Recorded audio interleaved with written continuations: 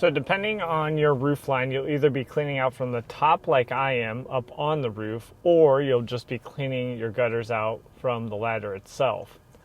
I'm using a 5-gallon bucket and just working my way through. I'm getting all the leaves, sticks, dirt, asphalt granules out of the gutter to make sure I get back the capacity of the gutter before putting on the gutter guards. Nothing fancy here, and I wouldn't go too crazy. I'm just pushing the debris along and then scooping it up. I have that 5-gallon bucket on a hook, so I have both of my hands free, and then I just dump it into that bucket, so I'm not dumping it on the deck or the patio or making a mess out of things down below.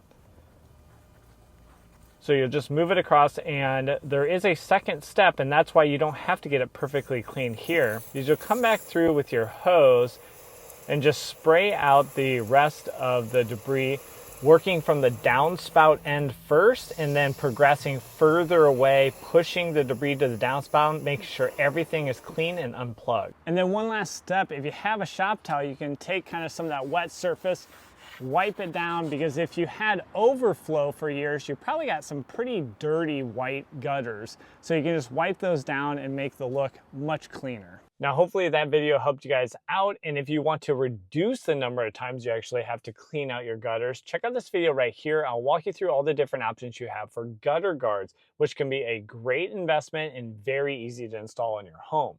So thanks for joining me in this video, and we'll catch you on that next one. Take care.